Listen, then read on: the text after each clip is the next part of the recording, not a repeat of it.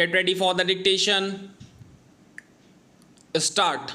After completion of the investigation, charge sheet under section 302 IPC was filed against the appellant in order to prove its accusations against the appellant. The prosecution examined in all 7 witnesses, out of whom PW1 and PW2 were the eyewitnesses. The documents prepared during the investigation were also filed in support of the case. The appellant, in his statement recorded under section 313 of the Code of Criminal Procedure, denied his involvement in the crime. His plea was that a false case has been registered against him. However, he led no defense evidence, placing reliance on the evidence of the eyewitnesses and other evidence adduced on record. The appellant, as noted above, was found guilty. The appeal of the appellant against his conviction came to be dismissed by the High Court.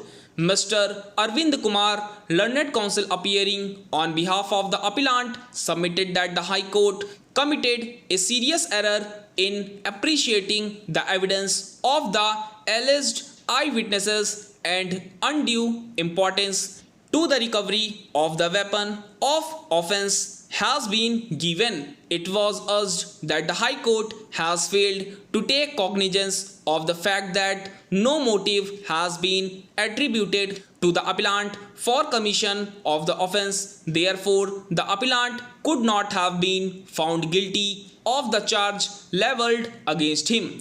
Learned counsel next submitted that no examination of Sumit Singh, who allegedly lodged the first information report of the crime in the police station and owner of the Sandeep Pan shop, is fatal to the prosecution case, and both these witnesses were intentionally withheld by the prosecution with a view to conceal the true facts of the case. Thus, according to the learned counsel, the prosecution has failed to establish the charge of murder against the appellant beyond reasonable doubt.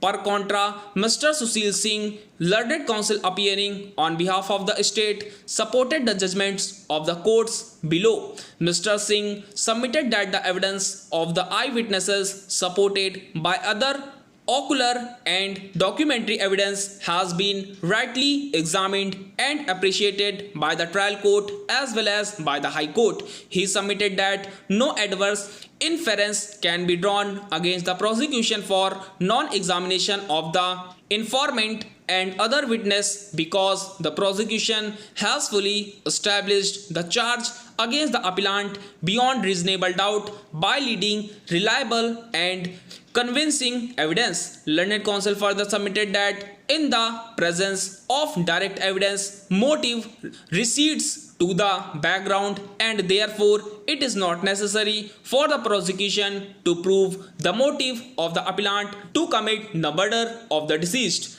We are unable to accept the contention of the learned counsel for the appellant that the conduct of the eyewitnesses is unnatural and they had not disclosed the genesis of the incident to the members of the family of the deceased on the same day, or they had not immediately reported the matter to the police. Stop.